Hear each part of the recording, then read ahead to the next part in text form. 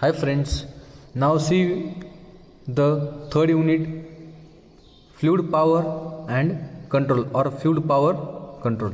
Okay, in that the first point is spool wall. Okay, in that there are the two types, that is rotary and sliding. Okay, we'll see first rotary. In this wall, a spool is required to be rotated to change over the direction by hydraulic fluid. Rotary spool has longitudinal grooves machined into it. Okay, the rotary spool is usually manually operated. Leakage control is rather difficult as rotary valve required close contact between port plate and the spool. Leakage is promoted at high pressure. Hence, they are better suited for low pressure application as shown in the figure. Okay, these are the four-way wall rotary. There is a wire, two wall, pump and flow, A, B, C. Okay, then next we'll see a sliding point or sliding wall. In that we see the small piston like spool placed inside the wall body. The spool slider inside the casing is to open or close the port made by the wall. The position of axially displaced spool governs the port opening, closing, and thus the control of direction of flow. These walls are usually permanently balanced. Only force due to the spring, friction, and oil flow are required to be overcome. Linear motion of the spool makes this wall suitable for operation by solenoid, hydraulic, pneumatic, or mechanical means. Sliding spool is fitted inside the body with a carefully selected clearance. This pressure difference, the oil viscosity, and radial clearance influence the leakage. Okay, then next point is that working principle of position. Okay, in the spool wall, the walling element is spool. The spool is actuated to the side in a matching bore to connect or to break various ports. In a poppet wall, a poppet or ball is used as a walling element. Actuation of spool can be effected by mechanical, hydraulical, or electrical means. Spools are often referred by porting condition.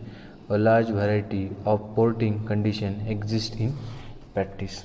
Okay, this two diagram are shown in the figure, that is passing spool, land, wall body, that is pressure from P to A, and at inlet port, that is at piston end, and piston will move left to right, and the oil present at piston end, it will go through B to T as shown in the figure. Okay, then next we can say that next point, the method of various actuation. Okay, the direction control valve can be actuated by several methods of valve actuation: manually, mechanically, hydraulic, pneumatic, electrical, electromagnetic, electrohydraulic, and remote control. Okay, first we say the manual actuation. In this method, the valve is actuated using a normal effect or spring force, that is lever operated, push button operated, pendule operated, and etc. Okay, then next is mechanical. In C mechanical, several mechanical means like roller, plunger, roller, tippet, spring are used to actuate the spring control valve. Then see the plunger is also widely used.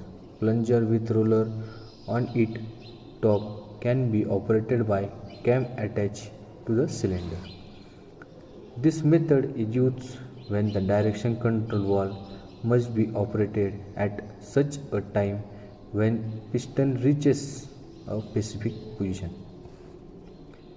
With a manual and mechanical actuation, the direction control valve is usually reset by the spring. Okay, in a two-way position valve, the status of the valve is changed by any of the actuation means, but the valve status is restored back by using a spring force when actuating force is withdrawn.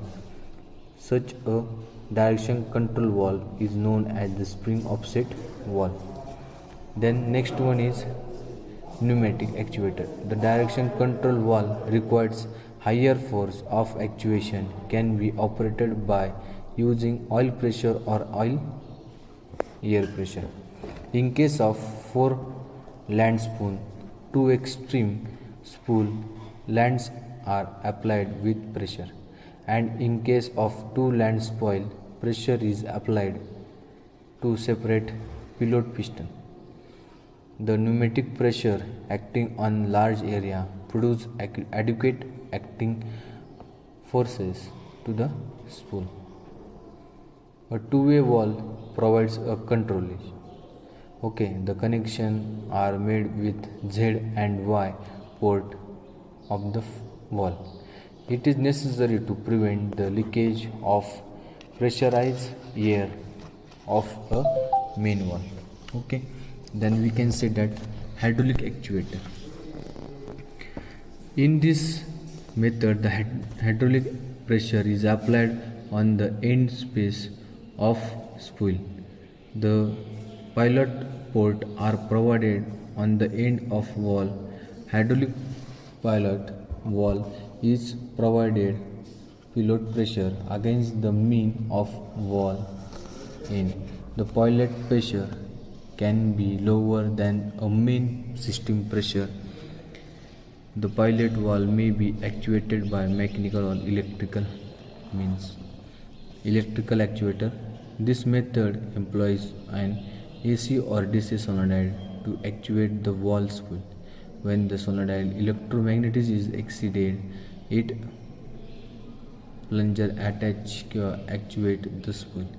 This method has an advantage of fast switching with but a drawback that they are highly sensitive to mechanical loads.